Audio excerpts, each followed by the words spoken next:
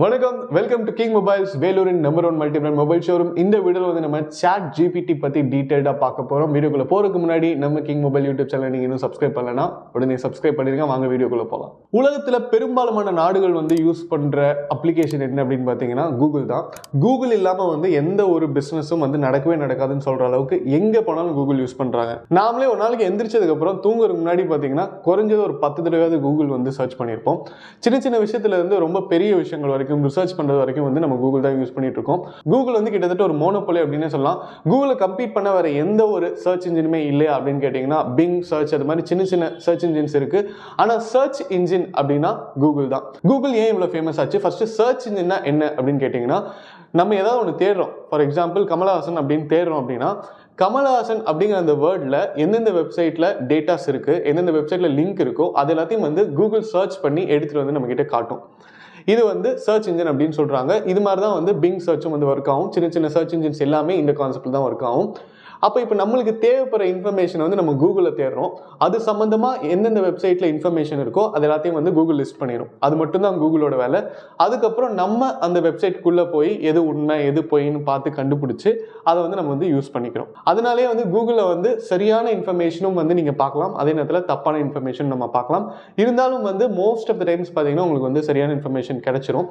Google வந்து ஒரு Google God அப்படின்னு சொல்கிற அளவுக்கு வந்து ஃபேமஸ் ஆயிடுச்சு. கூகுள் கிட்ட கேட்டால் தெரியாது தெரியும், கூகுளுக்கு தெரியாது எதுவுமே இல்லை அப்படின்னு சொல்கிற அளவுக்கு ஆயிடுச்சு.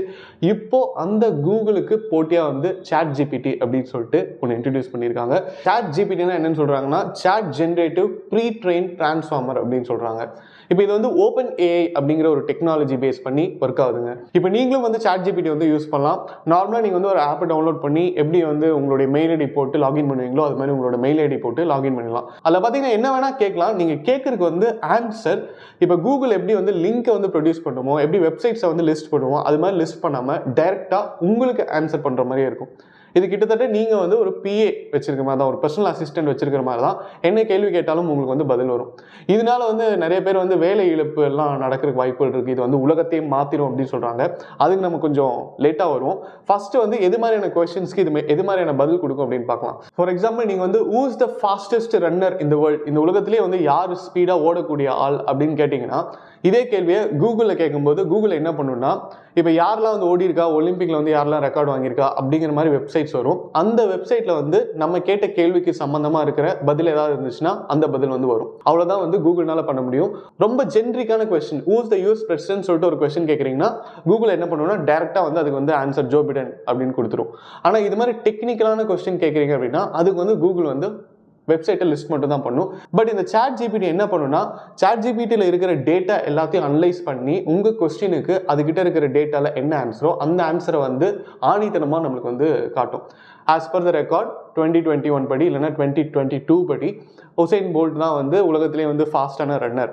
ஏன்னா அவர் வந்து ஒலிம்பிக் வந்து 100 மீட்டர் வந்து இவ்வளோ செகண்ட்ஸில் முடிச்சிருக்காரு அப்படின்ட்டு உங்களுக்கு ஒரு ஆன்சராகவே கொடுக்கும். இது வந்து கூகுள் விட கிட்டத்தட்ட ஒரு 10 மடங்கு பவர்ஃபுல்லான ஒரு டூல் அப்படின்னே சொல்லலாம்.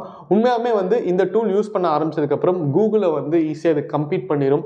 கூகுளுக்கு வந்து ஒரு பெரிய அடி அப்படின்னே சொல்லலாம்.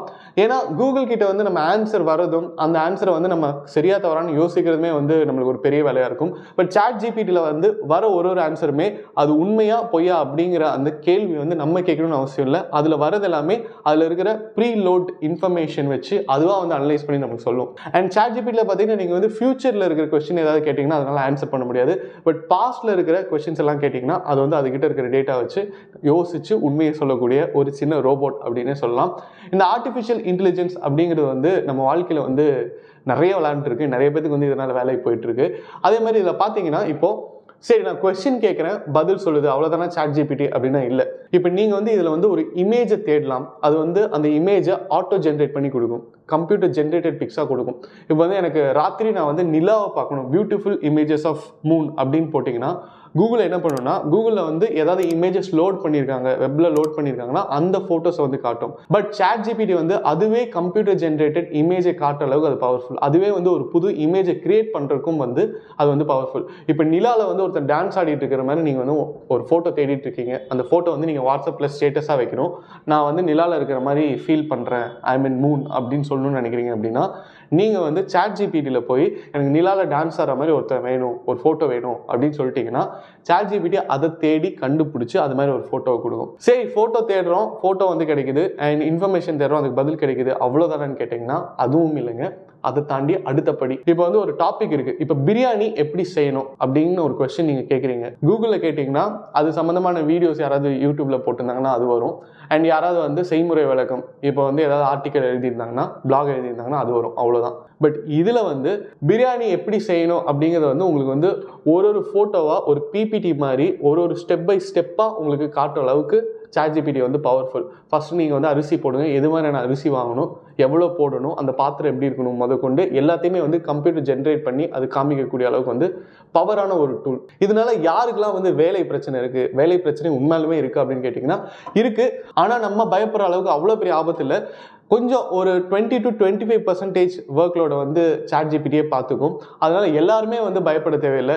இப்போ ஒரு ஆஃபீஸில் வந்து 10 பேர் வேலை செய்கிறாங்க, அதில் 2 பேர் வந்து கொஞ்சம் கிரியேட்டிவிட்டி கம்மியாக நார்மலாக வேலை செய்கிறாங்க, ஆவரேஜான ஒரு ஒர்க்கை கொடுக்குறாங்க அப்படின்னா அவங்களோட வேலையை வந்து ChatGPT ஈஸியாக வந்து ரீப்ளேஸ் பண்ணிடும். எந்த ஒரு வேலைக்கு வந்து கிரியேட்டிவிட்டி தேவை இருக்குது, எந்த ஒரு வேலைக்கு வந்து ஹியூமன் இன்டர்வென்ஷன் வந்து தேவை இருக்கோ அந்த வேலையை வந்து ChatGPTனால கண்டிப்பாக அவ்வளோ சீக்கிரம் ரீப்ளேஸ் பண்ண முடியாது. ஏன்னா இப்போ நீங்கள் வந்து ஒரு கண்டென்ட் ஒன்று கிரியேட் பண்ணும். நான் வந்து ஒரு கண்டென்ட் கிரியேட்டிங் கம்பெனியில் ஒர்க் பண்ணுறேன், எனக்கு கீழே வந்து 10 கண்டென்ட் கிரியேட்டர் இருக்காங்க.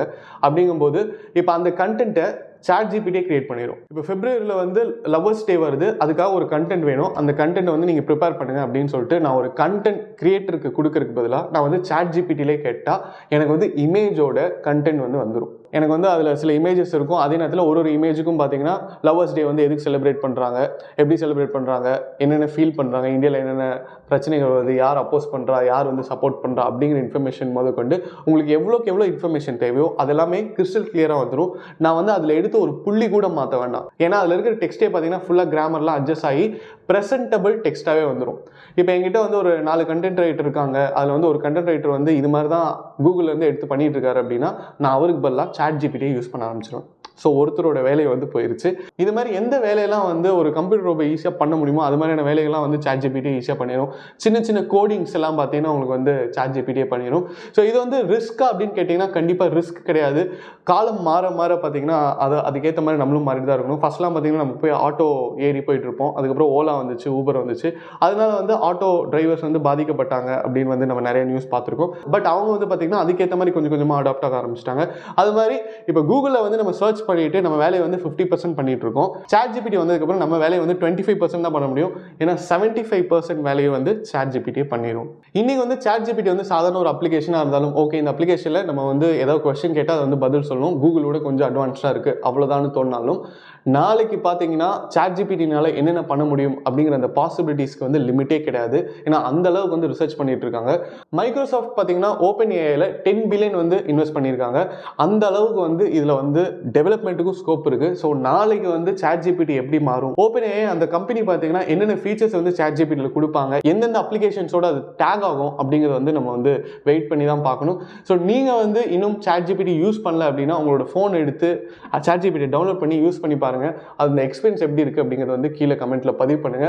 அண்ட் ChatGPT அப்படிங்கிறது என்னதான் லேட்டஸ்ட் டெக்னாலஜியா இருந்தாலும் அதுல வந்து நிறைய பெனிஃபிட்ஸ் இருந்தாலும் அதனால நிறைய டிஸ்அட்வான்டேஜஸும் இருக்குங்க. இப்போ ஃபர்ஸ்ட்லாம் பார்த்தீங்கன்னா ஒரு எஸ்ஏ காம்படிஷன் இருக்குது அப்படின்னா நம்ம வந்து 4-5 புக்கு படிப்போம், அதுக்கப்புறம் வந்து ப்ரிப்பேர் பண்ணுவோம், 4-5 செமினார் பார்ப்போம், படங்கள் பார்ப்போம், இவ்வளோ ரெஃபரன்ஸ் எடுத்து நிறைய பேர் கேட்டு அதுக்கப்புறம் வந்து ப்ரிப்பேர் பண்ணுவோம். பட் இப்போ ஸ்கூல் படிக்கிற ஸ்டூடெண்ட்ஸ், காலேஜ் படிக்கிற ஸ்டூடெண்ட்ஸ்லாம் ஏதாவது பண்ணணும் அப்படின்னா டேரெக்டாக வந்து அவங்க ChatGPTல வந்து அந்த வேர்டை மட்டும் போட்டால் போதும். இப்போ வந்து எனக்கு ராஜராஜ சோழன் பற்றி 10 பேஜுக்கு ஒரு ஆர்டிகல் எழுதணும் அப்படின்னா நான் வந்து நிறைய புக்ஸ் படிக்க வேண்டியது இருக்கும், நிறைய ரெஃபர் பண்ண வேண்டியது இருக்கும். ஆனால் நான் வந்து ChatGPTல வந்து please create a 10-page summary about Rajaraja Cholan அப்படின்னு போட்டால் இது வரைக்கும் ChatGPT கிட்ட என்னென்ன இன்ஃபர்மேஷன் ராஜராஜ சோழன் பற்றி இருக்கோ அதை வச்சு அதுவே வந்து பியூட்டிஃபுல்லாக ஒரு எஸ்ஸே கிரியேட் பண்ணிடும். இதனால படிக்கிற பசங்களோட கிரியேட்டிவிட்டி வந்து குறைய வாய்ப்புகள் இருக்குது. ஏதாவது ஒன்று நம்ம கற்றுக்கணும்னு நினைக்கிறோம், மேக்ஸில் வந்து சிம்பிள் ஃபார்முலா வந்து நம்ம போட ட்ரை பண்ணுவோம். ஃபர்ஸ்ட்லாம் பார்த்தீங்கன்னா அதுக்கு ஆன்சரே தெரியாது, அடுத்த நாள் ஸ்கூலில் போய் டீச்சர்கிட்ட வந்து கற்றுக்கிற வரைக்கும் வெயிட் பண்ணுவோம், அப்படி இல்லைனா வந்து டியூஷன் டீச்சர்கிட்ட கேட்போம். பட் இப்போ வந்து இந்த ChatGPT வந்து அதை சால்வ் பண்ணிடும். ஸோ நம்மளுக்கு வந்து ஆன்சர் இருக்கும், பட் அது எப்படி வந்துச்சு அப்படின்னு தெரியாது. அதே மாதிரி தான் ஏதாவது ஒரு கண்டென்ட் கிரியேட் பண்ணிங்கன்னா நம்மகிட்ட கண்டென்ட் இருக்கும், பட் அந்த கண்டென்ட்டுடைய லைவ்லினஸ் வந்து நம்மகிட்ட இருக்காது. ஸோ இது மாதிரி பாதிப்புகள் வந்து ChatGPT இருக்க தான் செய்து. பாதிப்புகளை விட அட்வான்டேஜ் வந்து ஜாஸ்தியாக இருக்கிறனால ChatGPT வந்து வளர்றதை யாருனாலையும் தடுக்க முடியாது. இந்த வீடியோ உங்களுக்கு பிடிச்சிருந்தா லைக் பண்ணுங்கள், கமெண்ட் பண்ணுங்கள், ஷேர் பண்ணுங்கள். இது மாதிரி நிறைய டெக் அப்டேட்ஸ் பார்க்க நம்ம கிங் மொபைல் யூடியூப் சேனலை சப்ஸ்கிரைப் பண்ணுங்கள். அடுத்த வீடியோ உங்களை சந்திக்கிறேன். Until then, it's bye from DK.